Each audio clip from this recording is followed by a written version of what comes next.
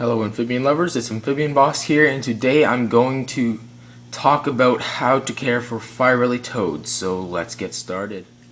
So fire-lily toads. Fire-lily toads would probably be one of the most popular amphibians on the market right now in pet stores and such, and I would say they're probably the most easy, hardiest amphibians to keep at all. Like for frogs, they may be a little bit more expensive than others. But I would say that they're the easiest to set up, easiest to take care of, easiest to feed, and they're just well off, easy pets to keep. They're like something you don't even have to really look after. You just basically have to feed them, and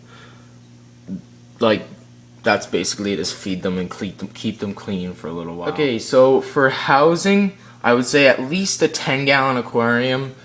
Just a standard, 10-gallon aquarium. This is what this is. It's hard to stay back, but that's basically what it is. It gives them lots of room. I would say 5 gallons for each toad, but 10-gallon at the most with 2, because if you keep one by itself, sometimes they will get a little bit stressed out and lonely. They are very social animals. I would also suggest having a screen lid. Any kind of lid works. If you make a piece of plexiglass or homemade lids, you can buy lids at the store for about 15 bucks. Really easy. You can make them. I've made my own. You just need to have one of these because it's just very important to have a screen lid just in case they escape. They're very good at escaping. They like to jump around. They're very good at climbing on the glass. And another thing is you feed them crickets, and crickets are just as good escape artists as the toads are. So you will need a screen lid. And another thing for housing is a light. This is a fluorescent light. It's just kind of a strip light for an aquarium. I use it because I like the look, and this is how I started it, and I don't like changing the look of the light. But you can use any light. You actually don't need any lighting at all.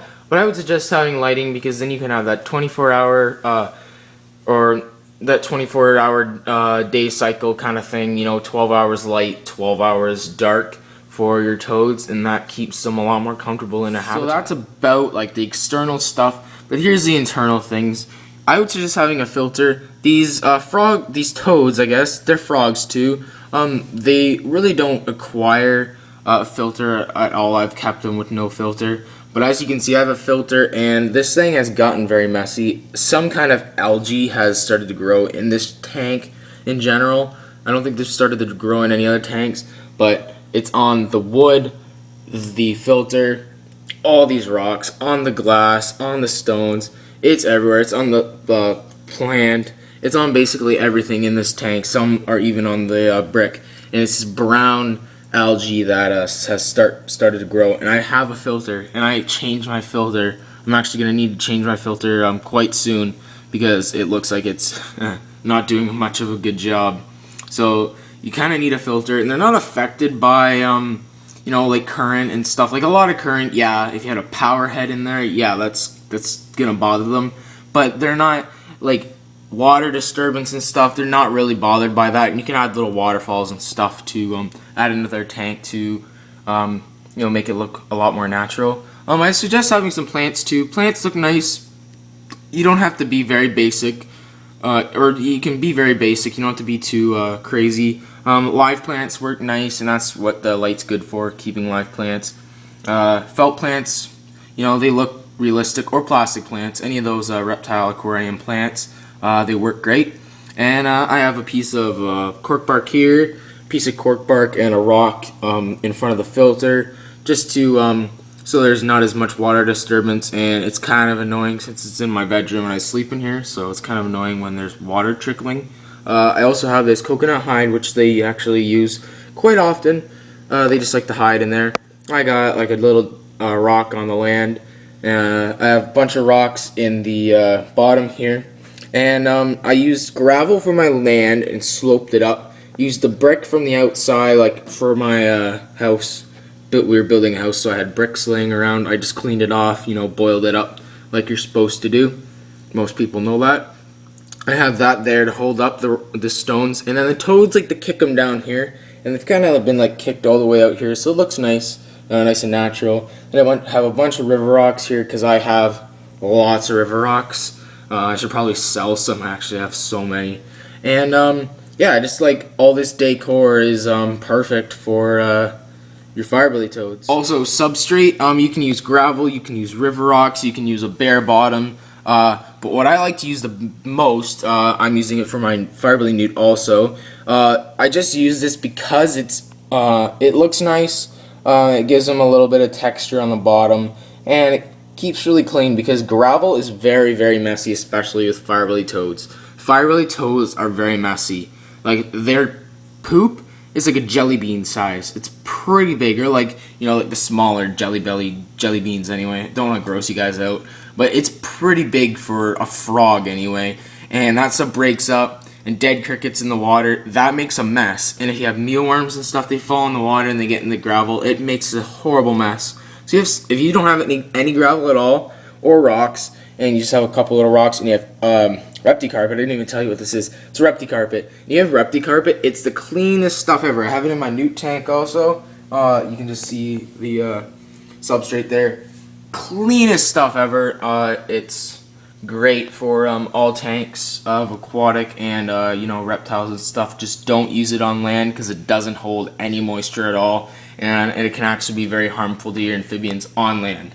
If it's underneath the water, it's fine as long as you rinse it out and stuff. So feeding. I would just suggest feeding straight crickets and put some calcium on them once in a while. If you don't know what calcium is, it just comes in a container here. This is Fluker's calcium powder for reptiles, amphibians, and such. See, I have lots of rocks, and I have a big bin in my closet also. Just calcium up, and crickets work the best. Mealworms work great. Like, they work okay. Worms and such work okay. But crickets, just straight crickets is fine. You can't hurt them. You put calcium on it. It is very healthy for them. And they're the easiest to kind of clean up, easiest for them to eat. Firebilly toads also hunt by sight and movement.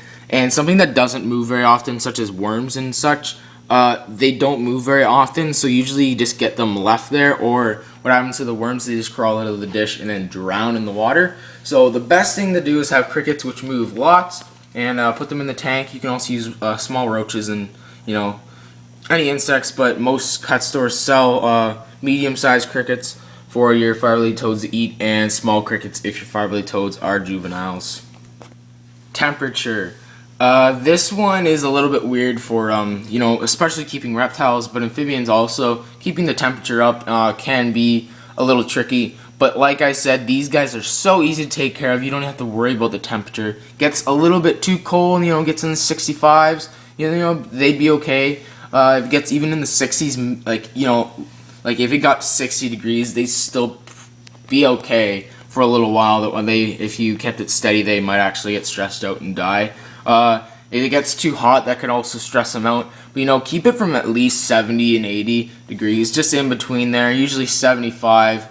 Is a very comfortable temperature for them, but you don't need heating or any of that stuff. It's usually just room temperature, and they like it. So I basically covered everything.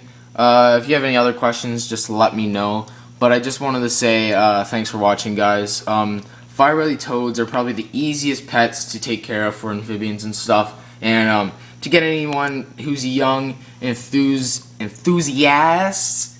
Anyone who wants to be enthused by amphibians or reptiles in that category. Firebilly toads are very, very easy to keep. They're very inexpensive, low maintenance. If you go away for a week, just throw some crickets in there and fill the water up so nothing goes wrong or the filter doesn't start to dry up and burn up, and that can start a fire in your house actually.